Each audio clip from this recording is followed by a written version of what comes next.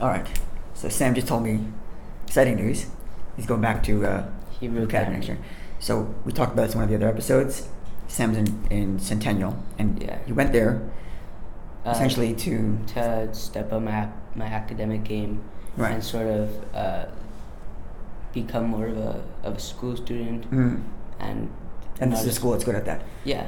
And you just finished telling me that your grades are up to par. You got what you need, and you're moving back. So I asked if you feel like you gained from going there, and this is where we were before I decided to turn this on. So as I said, it was obviously an adjustment for me. Yeah. And so in my life, I'm always thinking let me compare this to something that I've experienced, right? So for instance, if I don't get good on a test, I would be like, this has happened before, this is how I would deal with it, right? So I've never really changed this much, school. I've always stayed in Hebrew Academy 12 years of my life. It's been very comfortable. There's a certain familiarity, I've been comfort. in a circle. It's not. I haven't moved out of that circle since. So, so I would reflect something in my life off of something that I'm experiencing now. So, since this has never happened to me, I'm always never came out of the box, never really anything like that, right? So, by doing this, it's it was sort of a new thing that I've achieved. So I obviously haven't lost anything. I think I gained something. I've gained academically, but in terms of in my life, now that I have if I have another big change or something, which I obviously will, with God's help, I'll be able to sort of reflect this off it. So in other words, you built a resistance to change. Yeah. So you build up it's like immune system. Yeah. So. You know how vaccinations work? They put a little bit. So I took in the change. That's right. And now that if I have a change again, it wouldn't be as big of a deal. I've experienced it, right? So you're a stronger person, not just academically, but in your personality. You can actually deal with. It's I gained a badge, a badge of honor for changing. So before I didn't really have any badges. I wasn't really I didn't change. I didn't know what it felt like, and I didn't have any experience of it, right? So if I would have changed in grade 9 or 10, it would have been worse because I've sort of developed into a person. All right. So what you mean is so till now you knew what to expect in everything that was going forward, right? And the more comfortable you are in that place, the harder it is for you to be able to take on something new. But now that at a younger age you kind of took something new, it's gonna stick with me for the rest of my life. So it's not I can't be losing something, because I gained so much. Right. And so you don't feel like you lost the year, is the point. Exactly. On the contrary, you feel like, first of all, you gained academically, but you also gained a certain experience of resilience, of knowing how to deal with change, difference, stepping outside of your comfort zone. Exactly, and it's not it's obviously not a thing that I wanted to do. If I had the choice to do it or not, I would still say no, even if I knew it was coming for me. I would still say no. But doing this, it's sort of now that I've experienced it, it's not as bad. And now that I'm gonna have to change in the past, or in the present, it's not gonna be as bad because I've experienced this. It's it's sort of a new achievement that I've gotten, and I can't lose it ever. Right. So I'm gonna remind you that when you started, you were not very happy. Yeah, I wasn't really as open-minded or. Yeah, but that's part of the experience. Exactly. Wait, continue what you're saying. So it sort of it opened up my mind to new things, and now that I don't see stuff differently, but it's sort of I have a new understanding for change, and it's I'm not going to take it as badly, but I still don't want to change all the time. They call that in English maturity.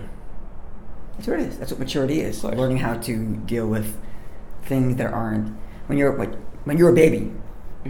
Your parents take care of everything you do. Exactly. Literally, and then you get a little older. You start to have your own opinions, your own ideas, and your own changes, but to a certain degree, you're still being taken care of.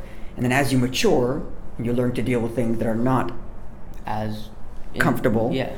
You grow that way. And newsflash, the rest of your life, you're not going to be coddled. Your parents are not always going to be taking care of you, obviously. You want to be able to take care of yourself. So you're constantly becoming your own person. I've progressed since what I was before, which is sort of in a bubble, in a box of.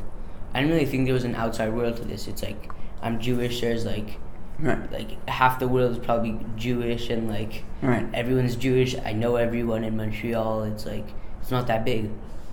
Once you sort of expand yourself to new beginnings, new things, and I realized that like it's a lot bigger than I think. So you're gonna have it's not not everyone's Jewish. Not even like half the world. Not a quarter of the world is Jewish. And not everyone is from Montreal, Hampstead, Applewood, Direct. Exactly, right? So Such a good way of putting it. But that's great. So do you feel like because you had to go out there, do you feel like, I don't want to put words in your mouth, but do you feel like you earned your own Judaism now? Yeah. You've earned it. You've gained it. It's yours now. Exactly. Because it was in a place where it's not comfortable. And I've adapted myself to where I was. Mm-hmm. So yeah, I've sort of like owned the fact that I've changed, and you can't doubt that I've changed, and it was a hard change. Because if you see like the first, or I think it's like second or third episode, it was like I wasn't open-minded into doing it, and I was very. And we're talking about the challenges of switching school. Yeah. So I've sort of progressed, and like I could say that I did now. It's not like a thing that I could prepare for basically, but I sort of, now that I have an understanding for it, and I have like a badge of certification basically, like I've done it. You can't say anything about me it's not amazing. doing it. Yeah. I love the way you put it. Like there's not everybody lives in Applewood and Hampstead and is Jewish, and exactly. You start to first of all you appreciate what you have. Exactly. You know, you also start to appreciate. I remember when I had this experience. I left home, like I went to boarding school when I was 14. I mean, your experience was probably like you left home, so. Yeah, but so it's different because I was still in a Jewish school. Yeah. Like I was still in a very Jewish environment, so in that way it wasn't different. But for certain things, and I'm watching my friends and what they have and what they don't have and what they think is normal in life. Exactly. And like things that because I grew up, I thought these were normal, and I remember like I start to appreciate so much more the effort that my parents put in to building the life that I have. And like not everybody has this, right? It's not like like that too. Like I think I have in my grade maybe 20 kids. Mm-hmm.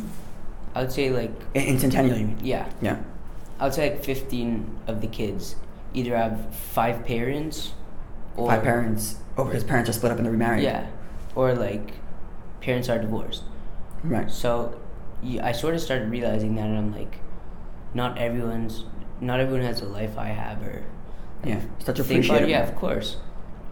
And so it sort of like gave me a new understanding. Yeah. For things, it's not like I have it, I'm not gonna lose it, because like even in Hebrew Academy, I sort of learned like. I was in Hebrew Academy and I was like, nothing could go wrong, you know. I'm here, I'm not going to leave. And then I left, and it wasn't really like, I didn't think I would leave, right? So it sort of gave me a new understanding for like, don't like say, oh, I have this, I'm not Don't losing take it for granted. Yeah. Just because it's there doesn't mean that it's always going to be there. Yeah. It doesn't mean that you deserve it either. Yeah. Right? It's just you are incredibly lucky, and now you get to be incredibly, what's the word? Like having gratitude, like grateful, because you can appreciate that it's not normal. This is not. Yeah, this is not that it's not the normal. Maybe it's not normal for me. Right, but I mean not normal. I mean like it's not. It's not ideal. Yeah, it's almost it's like, it's not you. It's not yours. Yeah, it's not yours. It's not. Yeah, it's not like somehow. You have expectations, like you have because I always had this. Therefore, I have expectations. I have to have this. I have to have that. It's not. It's just not the case. It's not life. Maybe it's by nature, but right. Start to appreciate things you have. Yeah. And you could even connect this with God by saying like, God didn't give you your life because you had to. He didn't. Right. You didn't do anything. Right. You weren't like, you're in something that gave God something, or you didn't like sort of deserve to be birthed. So yeah, you didn't do anything to earn it. Yeah. Definitely not. Didn't deserve to be born. Didn't deserve to be born into this family, into this community, into this place. But you were, right? And think of like the family, community, everything that I'm in is I'm so fortunate to have it. Right.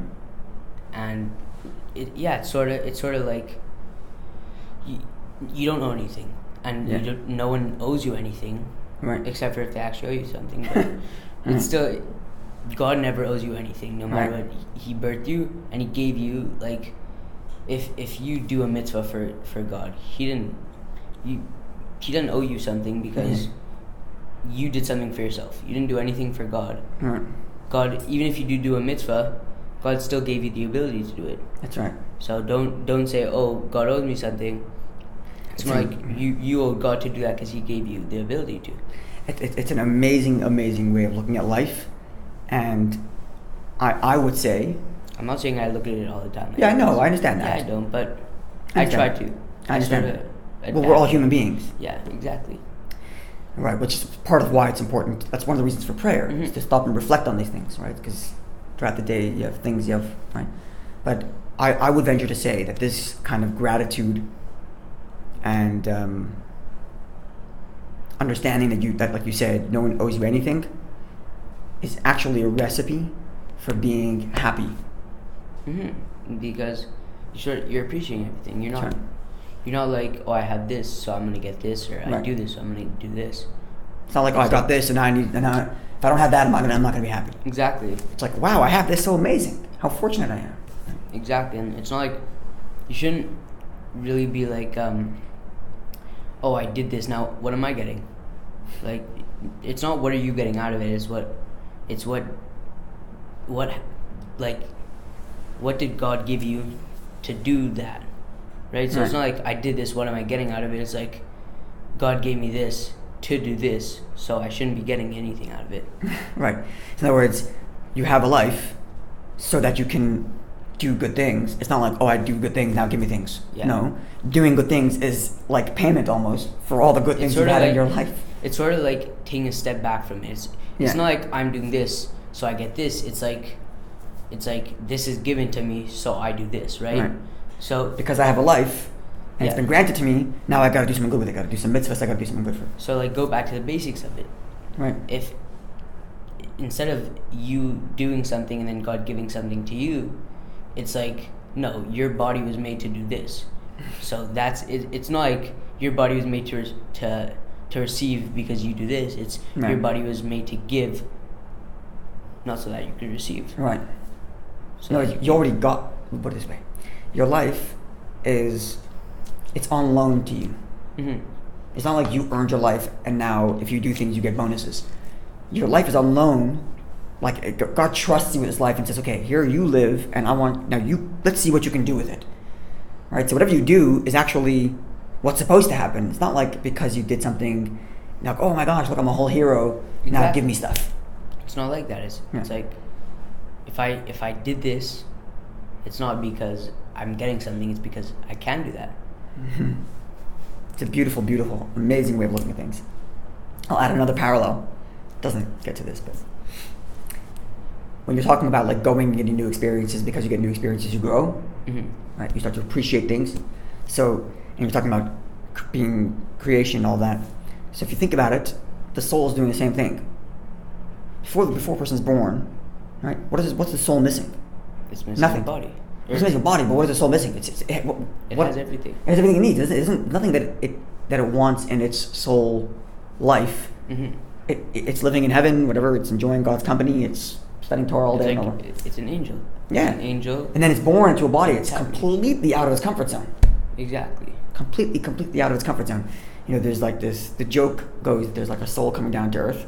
And as it's coming down, it's all excited because it heard about this thing called mitzvahs. And there's a soul going up like this. And the soul going up asked the soul coming down, what are you so excited about? So he says, well, I heard that for $5 you can do a mitzvah.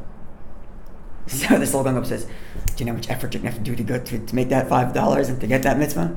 Yeah. In other words, like, it's completely out of the comfort zone of the soul when it comes down into this world. So why does God do it? So at the end of the day, that's when the soul grows. The soul in heaven it's nice, but it doesn't change. It doesn't get bigger. It doesn't get better. It just stays the way it is. But when it comes into this earth and it's faced with all challenges, and it learns to appreciate the things it has, it learns to be resilient against the things that are around them, right? So like you're saying, like, you know, not the whole world is an applewood. So when the soul comes to earth, it's like, oh, so you mean not everybody's just connected to God all day long? Yeah. And you have to start like working for this stuff and earning it and appreciating it and working, and so it's a real parallel to really all of life, essentially. Exactly. And it's sort of like, also with the soul, you obviously don't know, the soul doesn't know you anything. Right. You're being placed with it. It's not God made a body and then putting the body soul earned in the it. soul. Yeah. It's the body goes with the soul, not the soul goes with the body. So say it again. It's not like it's not the body is chosen and then the soul is picked. Right. It's the soul is picked and then the body. Right. Right. Now there's a soul. The soul has a mission. Now it's find the body to put it into. Yeah. It's not like the body could do this.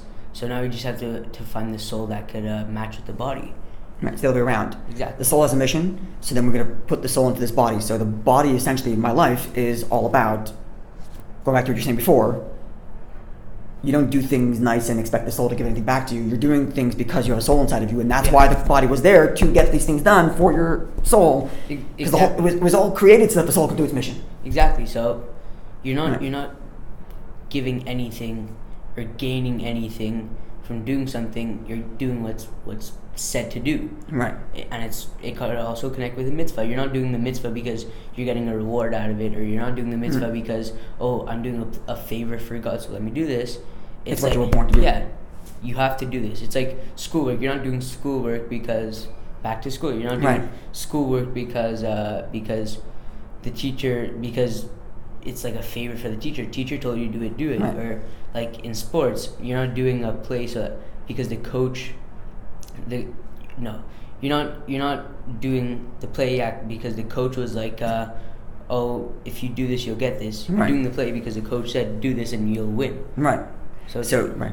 In other words, winning. the mitzvah or the play or the doing well in school is the end game. Exactly. It's not for something else. Everything else was put in place for that. The gift is life. Being able to do it. Right. And it's right. Exactly. The gift is you being able to do it. You being able to do the mitzvah. That's the gift. Exactly. And then the mitzvah is the paying back of the gift, not the expectation for another gift somehow. Yeah, and mitzvah is paying back for the gift, or the gift is the mitzvah, and the gift is also you being able to do it. It's not like it's not God gave me. If you look at it the way people will look at it, like I'm doing this for God because God made me do it. Right. God didn't. God gives you the choice. Right. But if you're doing it because like you're saying, it's a favor for God, right? So look at it in that person's eyes. They're thinking like, I have my body. I can do whatever I want with it, and God didn't make me do this. I'm doing it as a favor, right? Like, and now you have a shopping list. Give me this. Give me this. Give me like this. as a friend. So it's not like you're doing it because it's a favor. Like I'm saying in someone's eyes who think it's like that. They think it's a favor because God said to do it. You're doing it as a favor. You don't have to. But it's the opposite. You should look at it as like, if God gave me this body, right, instead of me being useless with it and doing not what I'm supposed to, how about I do what I'm supposed to? Right. And it's sort of like you're using the gift that you got. Right. And here's the amazing thing: He gave you that gift because there's a mission He wants you to do. Exactly. Right. So I'm doing it because that's my mission, and I'm also doing it because this is the mission God gave me. Exactly. Right. So it ends up bringing both of these things together. Exactly. Right. That's amazing. And it comes, and thinking about getting back to like getting out of your comfort zone, right? It all comes down to being able to see that being able to see that what I have is not because anybody owes it to me. Exactly. I'm lucky to have all these things, and now the question is, what am I going to do with it? I'm lucky to have a life. Let me do mitzvahs with it. I'm lucky to have a family. And even and of course, and even me switching schools, it's not because I'm doing my parents a favor that I'm switching schools. You're doing my grades a favor. I'm doing myself a favor, and I'm not. And my parents aren't the reason I'm going to another school. My parents aren't the reason that I have to go. It's me. I'm the one who chooses whether or not to go. So if you take it as like as a punishment, and then you're going to feel like you need to get things in return to compensate for the hardship you went through. But when you realize that this is actually what you're supposed to do, then this is what I'm supposed to do. Yeah, exactly. And it's sort of a reward in itself because you're going to get good grades. Like you said before, you have a badge. Exactly. The badge, you did it, you earned I have it. a badge, so now I have like a new, basically like a new life experience that I could share with myself, because next time I have change, I'll be like, it's not that bad, and I did. You're a learn stronger something. person now. Yeah, exactly. It's amazing. You got the secret to life, my friend.